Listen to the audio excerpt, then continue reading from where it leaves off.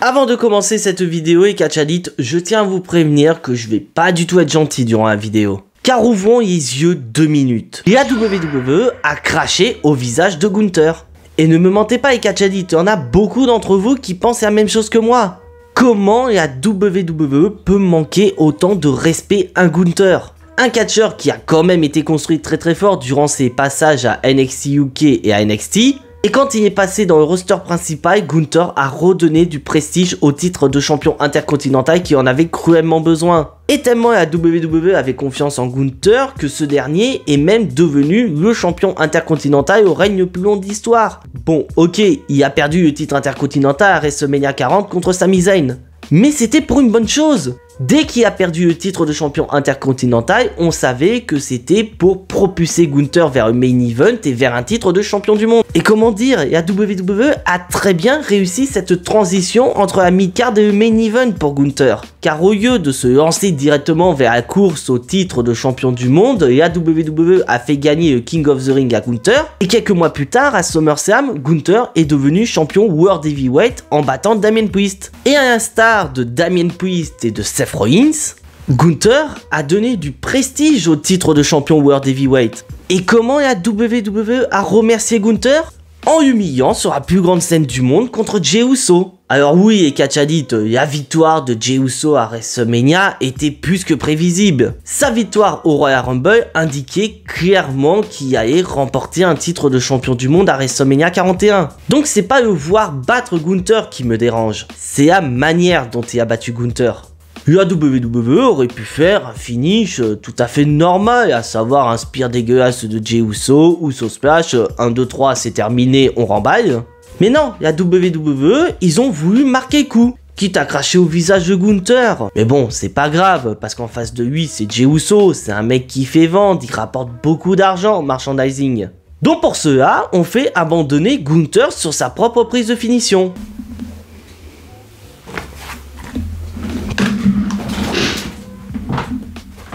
Non mais sans déconner, quel scénariste a eu cette idée? C'est comme si au Royal Rumble 2014, Randy Orton avait battu John Cena en le faisant abandonner avec un STF. Non mais sans déconner, Catch Addict, dans quel monde on vit? La Super Lock, la prise de soumission qui a permis à Gunther de coucher plus de la moitié du roster, que ce soit en tant que champion intercontinental ou champion World Heavyweight. Et le mec ne sait pas se dégager de sa propre prise de soumission. Et je sais ce que vous allez dire, Catch Addict. Mais Jimbo, c'est pas la première fois que Gunther abandonne. Et ça c'est vrai, Catch Addict. Je suis entièrement d'accord avec vous. Et la dernière fois que Gunther a abandonné, c'était lors de NXT TakeOver 36 contre un certain Ilya Dragunov. Et n'allez pas me dire qu'Ilya Dragunov et Jey Uso jouent dans la même catégorie. Ilya Dragunov est à des années-lumière devant Jey Uso.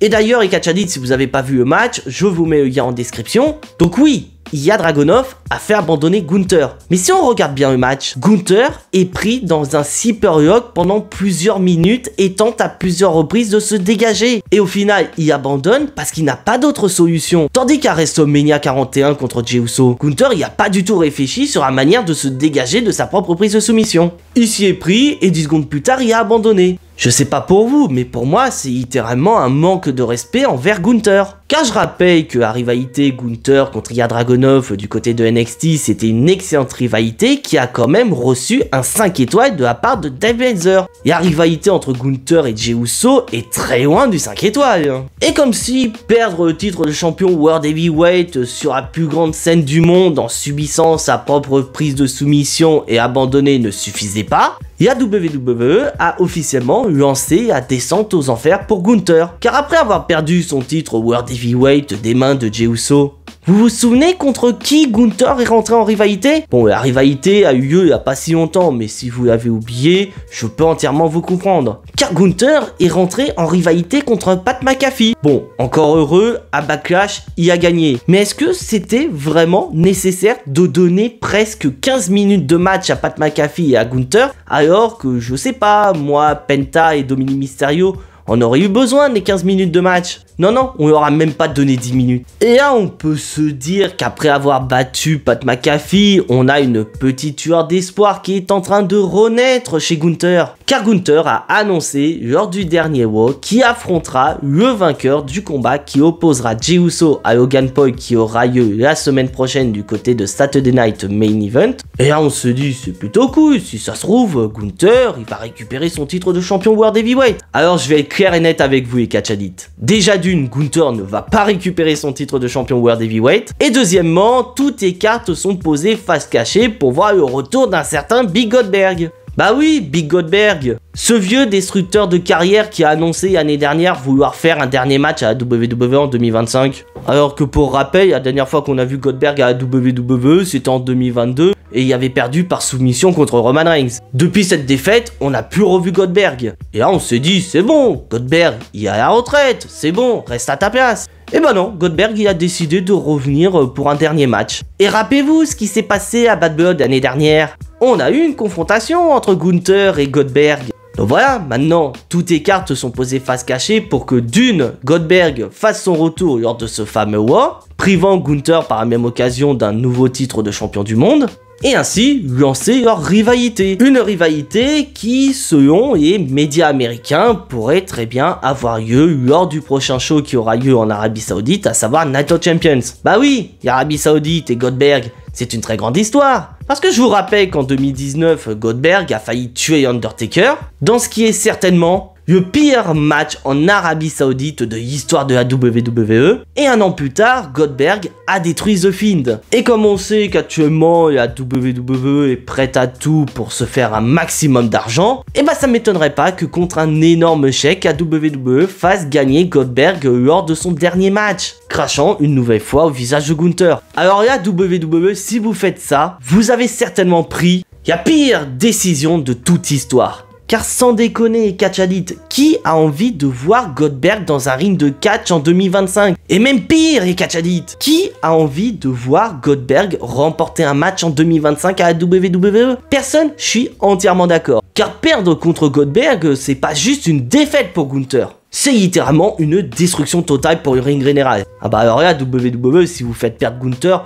virez-le, parce que là, il n'y aura plus aucun espoir pour lui. Laissez-le repartir sur le circuit européen, au moins il pourra se reconstruire correctement. Bon, après je vous avoue que si on a ce match du côté de Night of Champions, je garde quand même espoir que la WWE fasse gagner Gunther sur Goldberg. Car avec une victoire contre Goldberg, c'est sûr que Gunther va se relancer vers la course au titre de champion World Heavyweight. Mais sans déconner les catch addicts, ça me fait tellement mal au cœur de voir la WWE manquer tellement de respect à un catcheur tel que Gunther. Car pour rappel, quand Vince McMahon était au booking, ce dernier avait quand même l'intention de tuer Gunther avant même qu'il fasse ses débuts dans le roster principal. Vince McMahon n'avait aucun projet pour Gunther. Et coup du sort, Triple H a repris flambeau.